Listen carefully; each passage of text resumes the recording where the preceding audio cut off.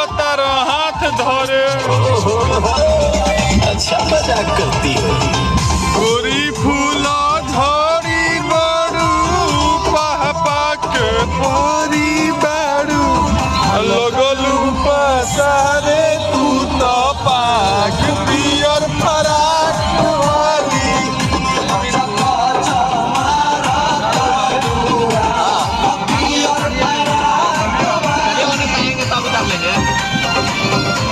कहाँ जा रहे हैं?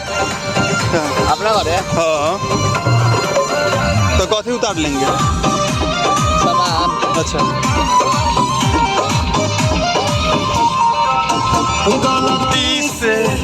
गलती से जान टकरा गईनी हो गलती से।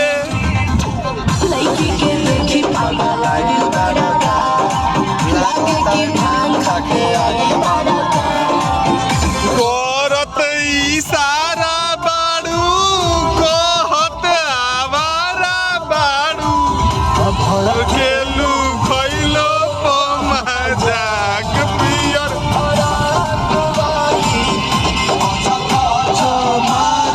तारुआ पियर फराक वाली।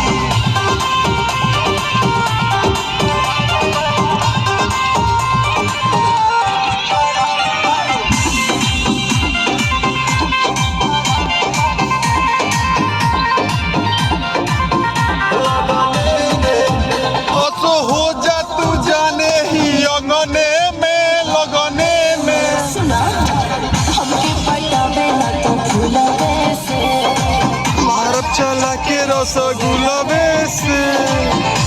आगे आगे आंसू खोई है पीछे पीरिया